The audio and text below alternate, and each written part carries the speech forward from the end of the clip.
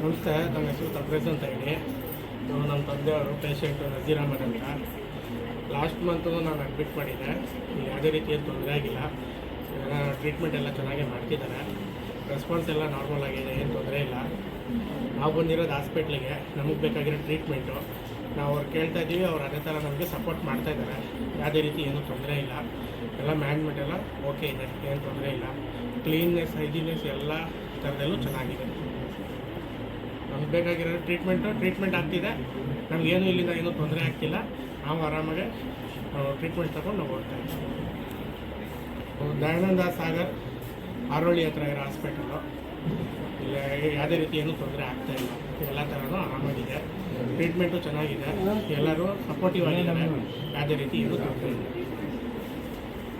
ಏನು ತೊಂದರೆ ಇಲ್ಲ. ಎಲ್ಲರೂ ಎಮರ್ಜೆನ್ಸಿಗೋಸ್ಕರ ನಿಯರ್ ಬೈ ಆಗುತ್ತೆ. ನಮ್ಮ ಕನಕಪುರ ಸರೌಂಡಿಂಗ್ ಯಾರೇ ಇದ್ರೂ ಎಮರ್ಜೆನ್ಸಿ ಕ್ಯಾಶುಯಾಲಿಟಿ ಯಾವುದೇ ರೀತಿ ಇದ್ರೂ ಆರಾಮಾಗಿ ಬಂದು ಇಲ್ಲಿ ಮಾಡಿಸ್ಕೊಳ್ಬೋದು. ನಮಗೆ ಸ್ಯಾಟಿಸ್ಫೈ ಆಗಿದೆ. ನೀವು ಬಂದು ಇಲ್ಲಿ ಟ್ರೀಟ್ಮೆಂಟ್ ತಗೊಳ್ಳಿ, ಎಲ್ಲರಿಗೂ ಅನುಕೂಲ ಆಗುತ್ತೆ.